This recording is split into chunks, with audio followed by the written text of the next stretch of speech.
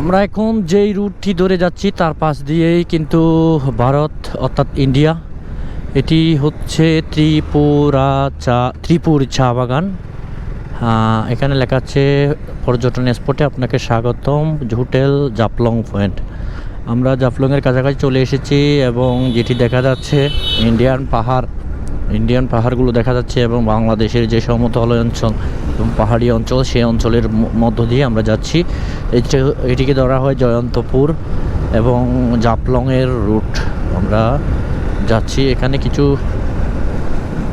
সীমান্ত দেওয়া হয়েছে, সেগুলো ভালো করে দেখা যাচ্ছে না। যাই হোক, অনেকটাই পাহাড়ি ফিল, পাহাড়ি রুট। এবং আমাদের বাসের ওভারটেকিং করছে দেখতে পেলাম, বাসটা খুব দ্রুত গতিতে যাচ্ছে। ওকে, থ্যাংক ইউ সো মাচ। নামাজ কায়েম করুন। এবং ওহো, সামনে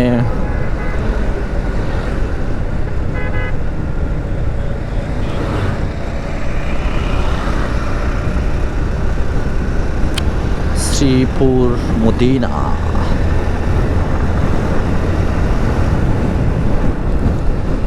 সামিয়া সঞ্জিদা এক্সপ্রেস। এটা হচ্ছে ত্রিপুর চা বাগান। ওকে, টুরিস্ট পুলিশ। ওকে, জাফলং ভ্যালি বার্ডারিং স্কুল। ওকে, আমরা জাফলংয়ে চলে এসেছি, তবে পর্যটন স্পট আরও সামনে ইনশাল্লাহ আপনাদেরকে তো দেখাবো। জাফলং ভ্যালি বোর্ডিং স্কুল, এটাই valley boarding school, valley cafe. খুব দারুণ অসাধারণ এক কথায় বলতে গেলে রাস্তাটি। এবং পাহাড়ি আঁকা বাঁকা পাহাড়ি রাস্তা বেয়ে আমরা যাচ্ছি সামনের দিকে। এটা হচ্ছে জয়ন্তপুর আলু বাজার। এদিকেও তো পর্যটক এরিয়া ছিল মনে হয়। যাই হোক, সামনে যাচ্ছি। ঠিক আছে, সামনে থেকে আবার দেখা হচ্ছে পাথরের রাজধানী।